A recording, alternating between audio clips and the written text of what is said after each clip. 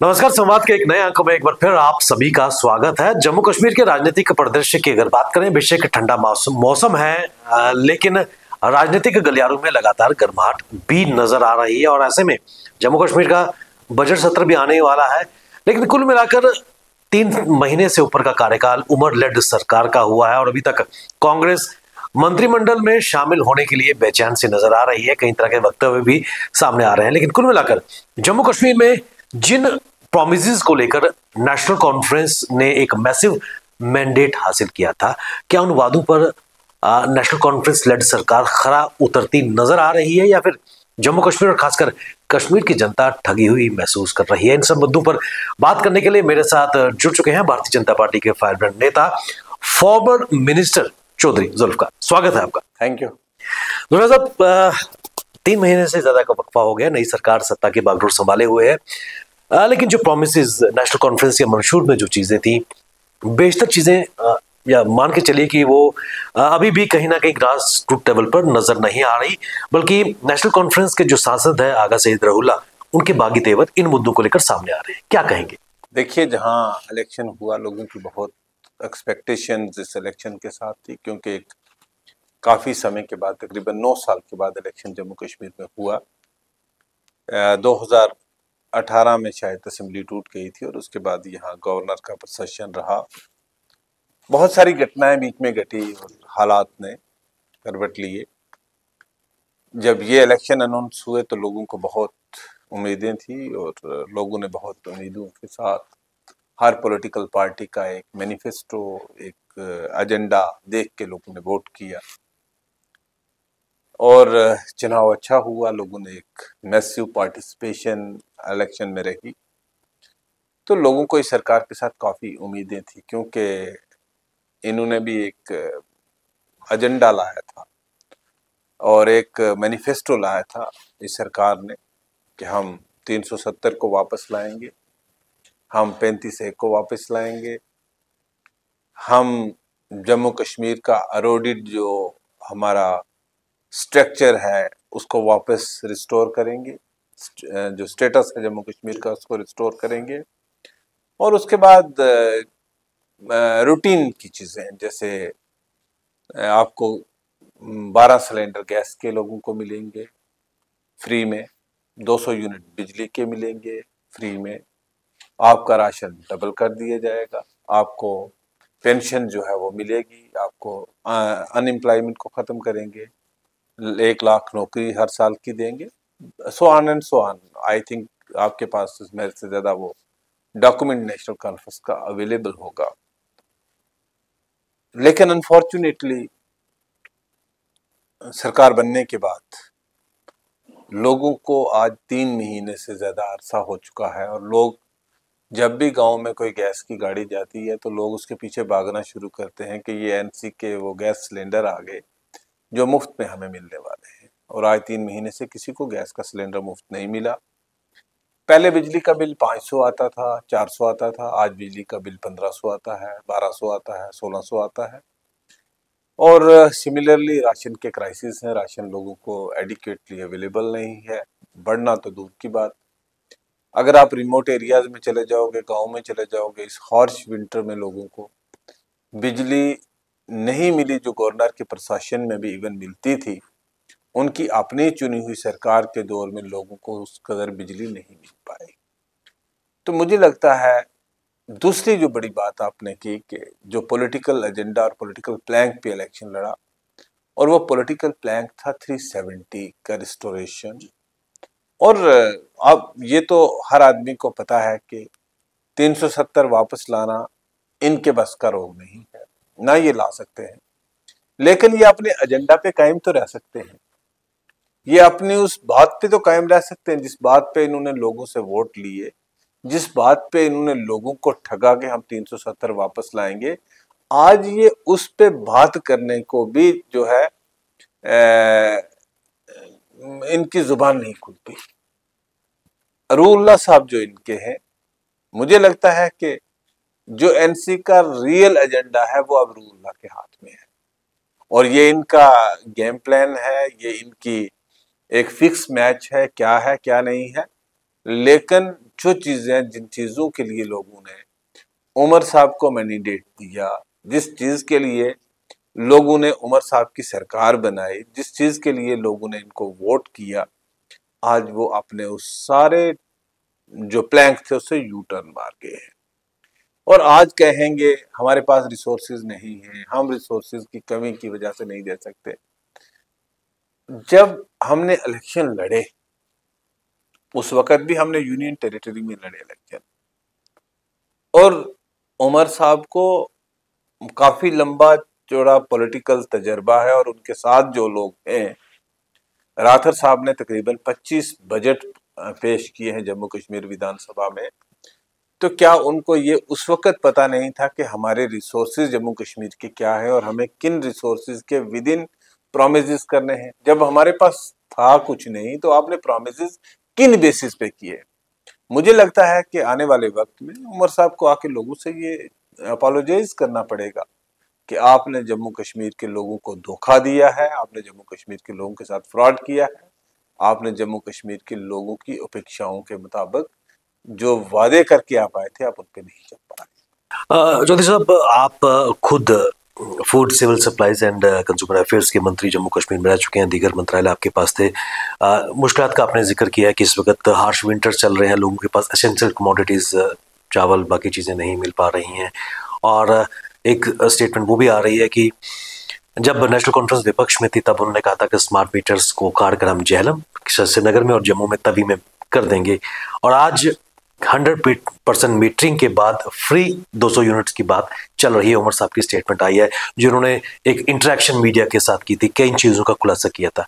क्या U turn लेते हुए नजर आ रहे हैं? देखिए, सिंपल सी बात है कि जब आप सरकार में नहीं थे तो आप कहते थे मीटर फिटराओ हीटर लगाओ। This was a Kashmiri slogan कि मीटर को तोड़ो हीटर लगाओ। और when you came into the power, this are statements है, रिकॉर्डेड है उमर साहब की, कि जब आप हुकूमत में आपने कहा ये हमारी सरकार आने दो, हम देखते हैं ये मीटर कैसे लगाते हैं, आप प्रीपेड मीटर कैसे लगा पाओगे, हम बता देंगे कैसे सरकार चलती है। आने के बाद उमर साहब ने सबसे पहले बात यही किया कि आप 100% मीटरिंग करो।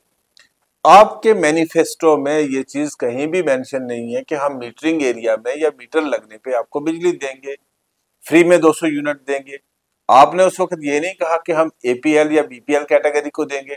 आज आप कहते हो कि हम एक बीपीएल कैटेगरी को देंगे लेकिन 100% मीटरिंग, और 100% मीटरिंग जो है वो जम्मू कश्मीर में पॉसिबल नहीं है। अभी रिमोट एरियाज हैं, पहाड़ी एरियाज हैं, और इन पहाड़ी एरियाज में ना तो मीटर रीडिंग होनी है प्रॉपर वे से और ना प्रॉपर मीटरिंग होनी है। तो मुझे लगता है कि ये भी एक हवा में चलाया हुआ एक ऐसे ख्वाब लोगों को दिखाए, ऐसे लोगों को उन्होंने गुमराह किया, गुमराह करके इलेक्शन जीतना था, इलेक्शन जीत लिया। आज उनको जम्मू कश्मीर के लोगों की कोई चिंता नहीं है। आज आप उनकी तकरीरें सुनिए, आज उनको खुश रखना है जिनकी शायद आज उनको जरूरत है। और मुझे लगता है कि आपका एक कंसिस्टेंट पॉलिटिकल स्टैंड होना चाहिए, whether you are in power और नॉट इन द पावर। आपकी हर पॉलिटिकल पार्टी की आइडियोलॉजी है, आप अपनी आइडियोलॉजी क्या है? आपने तो मुझे लगता है कि सोनामर्ग की तकरीर के बाद आपने तो अपनी आइडियोलॉजी को सरेंडर कर दिया है, आपकी अब कोई आइडियोलॉजी रही नहीं है। और मुझे लगता है कि नेशनल कॉन्फ्रेंस की एक हिस्ट्री रही है, history of compromises, history of false promises, history of power grabbing. इसके बियॉन्ड उनकी कोई पॉलिटिक्स नहीं। एक बड़ा इशू निकल के सामने आ रहा है जो जम्मू कश्मीर के युवाओं के साथ डायरेक्टली इन्वॉल्व है, रिजर्वेशन पॉलिसी। उसकी अगर बात करें, ये भी एक उनके मंशूर में था कि इसको हम डाइल्यूट कर देंगे, और उसको लेकर एक टाइम फ्रेम भी आगा सईद रऊल्ला ने भी दिया था। खुद युवाओं को लेट करके उमर के आवास के बाहर, रेजिडेंस के बाहर प्रोटेस्ट किया था। किस नजरिए से देखते हैं उसको? देखिए, मैं रऊल्ला साहब की बात करूं तो रऊल्ला साहब रूलिंग पार्टी के एमपी हैं, और एक ही वक्त में आप रूलिंग और अपोजिशन का रोल प्ले नहीं कर सकते। This is very clear and categorically. आप उस एक वक्त में आप सरकार में भी बैठोगे और आप कहोगे हम अपोजिशन का रोल भी प्ले करें। He is a parliamentarian of national conference, how वो कैसे हो मुमकिन है? मैं इसको मान कैसे सकता हूं कि वो उमर साहब की मर्जी के खिलाफ उन्होंने वो प्रोटेस्ट ऑर्गेनाइज किया? क्या वो लोगों पे प्रेशराइज करना चाहते? देखिए, ये बहुत सेंसिटिव मैटर है। इस सेंसिटिव मैटर में आपको रिजर्व कैटेगरी के राइट्स का भी ख्याल रखना है और आपको ओपन मेरिट के लोगों के राइट्स का भी ख्याल रखना है। You have to make a balance. और कुछ चीजें जो है जो इनके दायरा अख्तियार में नहीं है, जैसे कुछ रिजर्वेशन जो है वो reservation by virtue of the constitution guarantees है। They are given by the parliament of India, you can not touch them.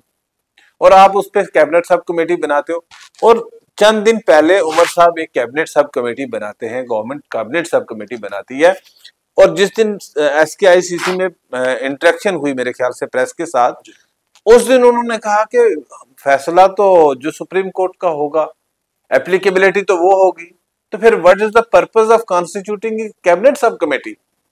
आपने अंडरमाइन कर दिया अथॉरिटी। उन्होंने कहा whatsoever will be the report of the cabinet subcommittee that will be subject to the outcome of the judicial adjudication। अगर judicial adjudication पे ही आपको dependency है तो फिर आपने कैबिनेट सब कमेटी क्यों बनाई? You are making the fool to the people of this state. And आप हर तबका को देखिए, administrator should be tough, administrator should be able to understand the thing and make a balance between all the sections of the society।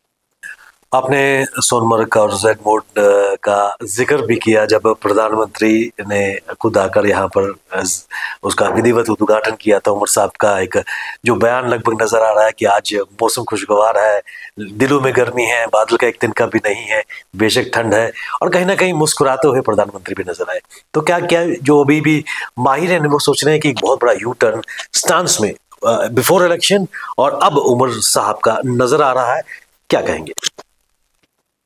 मुझे उमर साहब की तकरीरें जो उन्होंने असेंबली इलेक्शन में की, बहुत सारी रिकॉर्डेड तकरीरें मेरे पास आज भी मौजूद हैं जो उमर साहब ने वक्तन फवक्तन हर एरिया में जाके की।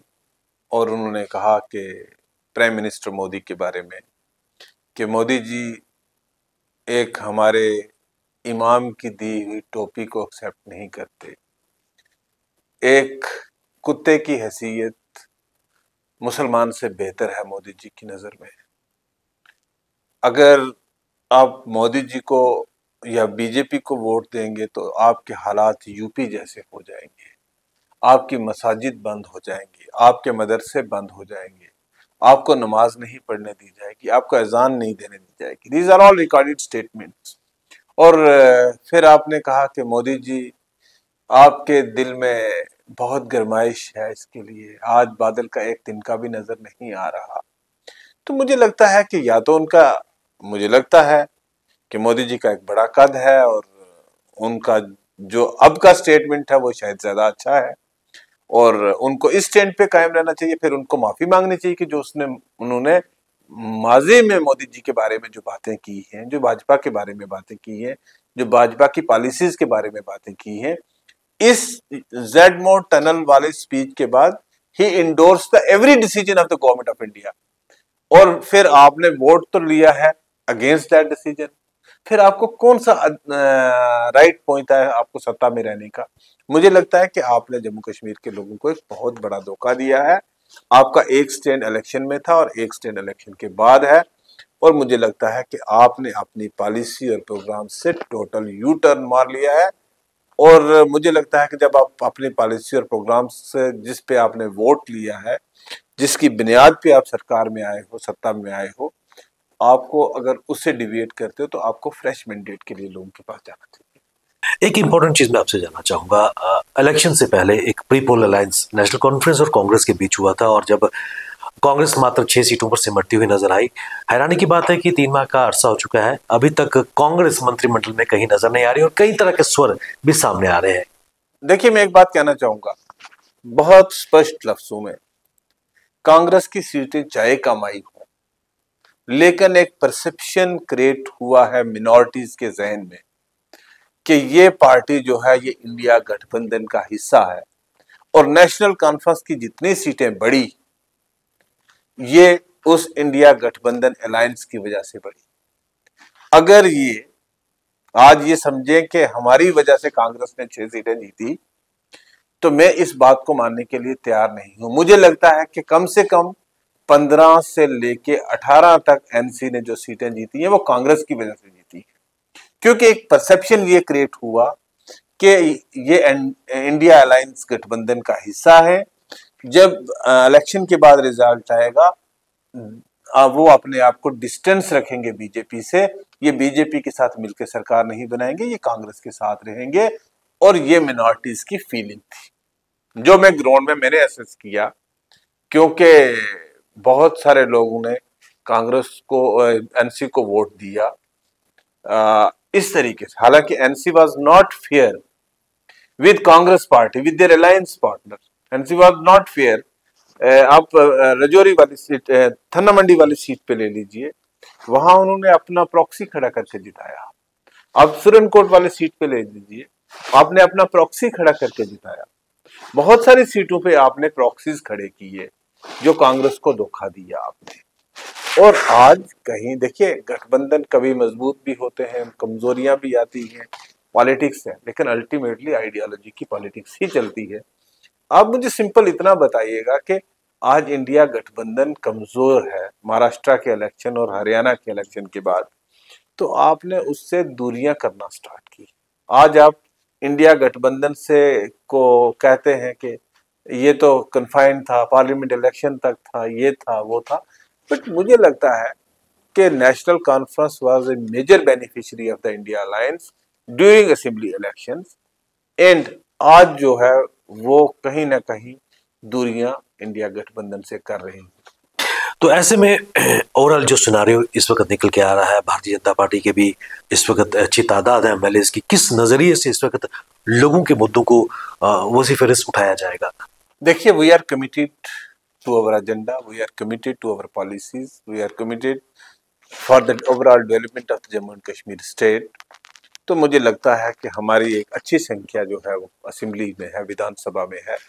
हम टूथ एंड नेल फाइट करेंगे अपने प्रोग्राम और पॉलिसीज को लेकर, जम्मू कश्मीर के लोगों की अपेक्षाओं के मुताबिक, क्योंकि जम्मू में हमें बड़ा अच्छा मैंडेट मिला है। और हमें उन एरियाज में, जो नए एरियाज हमारा जैसे रजौरी पुंछ एरिया है या चिनाब वैली है, जहां हमें वोट नहीं मिलता था, वहां इस बार हमें in all the 7 seats we were number 2। And India गठबंधन के अगेंस्ट हम अकेले फाइट कर रहे थे, तो वी वर नंबर 2। अगर इंडिया गठबंधन बिखर के इलेक्शन लड़ता, एनसी कांग्रेस अलग लड़ती, तो मुझे लगता है कि रजौरी पुंछ की 7 सीटें बीजेपी को जानी थी। तो मुझे लगता है कि जो नए एरियाज इंक्लूड हुए हैं, जिस नए एरियाज में लोगों ने मोदी जी की पॉलिसीज को, प्रो पीपल पॉलिसीज को, देखिए मैं एक बेसिक चीज से पे बात करना चाहूंगा आपसे कि जितनी स्कीम्स हैं, ये स्कीम्स गरीबों तक नहीं पहुंचती थी। चाहे वो आपकी सेहत कार्ड हो, चाहे आपको गरीब को घर बनाने के लिए जो प्रधानमंत्री आवास योजना है वो, मैं विधायक होता था 2 केसेस आते थे। आज सारे गांव में हर आदमी whosoever is falling under BPL category is getting that। आज लोगों को फ्री ट्रीटमेंट मिलता है 5 लाख 7 लाख तक का, हर घर तक उसका बेनिफिट जो है वो मिलता है। And there is no disparity और डिस्क्रिमिनेशन। और अल्टीमेटली लोगों को लगता है अब कि ये जो स्लोगन की पॉलिटिक्स, ये जो कम्युनल पॉलिटिक्स, ये डिवाइड की पॉलिटिक्स से हटके ultimately my people in my area want road, my people in my area जल जीवन मिशन, घर घर तक पानी, हर नल से जल पहुंचाना हर घर तक। हमने तो सोचा नहीं था कभी कि इतनी पाइपें मिलेंगी। हमें विधायक था, मुश्किल से हमें नाबार्ड में 1 या 2 वाटर सप्लाई स्कीम्स मिलती थी। सौभाग्य स्कीम से हर घर तक बिजली पहुंची। आज भी बिजली की जो स्कीम गवर्नमेंट ऑफ इंडिया की है, सोलर एनर्जी की स्कीम है। तो मुझे लगता है कि गवर्नमेंट ऑफ इंडिया की स्कीम पहली बार पिछले 70 बरस में एक आम नागरिक के पास, एक अंतम व्यक्ति के पास जो लाइन में लास्ट पे खड़ा है, उस तक पहुंच रही। और लोग आज उसके साथ ज्यादा कंसर्न है as compare to other slogans. Other slogans पे होता तो शायद हमें यूपी में पार्लियामेंट्री इलेक्शन में ज्यादा सीटें मिलनी चाहिए थी। ऐसे काम बीजेपी ने किए जिसके बीजेपी सरकार ने के ज्यादा सीट्स मिल सकती थी, लेकिन हमारा नंबर रिड्यूस हो गया। लेकिन मेरा कहने का सिर्फ इतना मतलब है कि जब आप लोगों तक वो बेसिक चीजें पहुंचाओगे जिसकी उनको उम्मीदें हैं, तो लोग आपकी पॉलिसीज की तरफ बहुत ज्यादा अट्रैक्ट होते हैं। बिल्कुल, अंत में चलते चलते मैं जानना चाहूंगा, क्योंकि एक दराना मांग रही है स्टेटहुड की, कब तक जम्मू कश्मीर को स्टेटहुड का दर्जा मिलने की उम्मीद है? क्योंकि लगातार प्रधानमंत्री हमेशा बोलते हैं कि अप्रोप्रिएट टाइम पे जम्मू कश्मीर को स्टेटहुड मिलेगा। देखिए, हमारी पार्टी कमिटेड है। जम्मू कश्मीर एक सेंसिटिव इशू है। जम्मू कश्मीर के हालात जो हैं ये खुद तय करते हैं कि क्या किस वक्त होना है। और ये भी जो स्टेट हुड लिया गया, ये भी एक अनप्रेसिडेंटेड वे से लिया गया।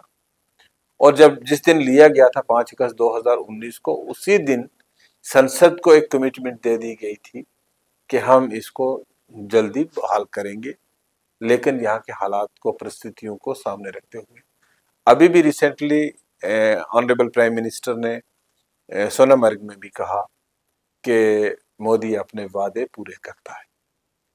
और मुझे लगता है कि वो अनुकूल वक्त जल्दी आएगा और जम्मू कश्मीर के लोगों का स्टेटहुड हमारा बेसिक राइट है।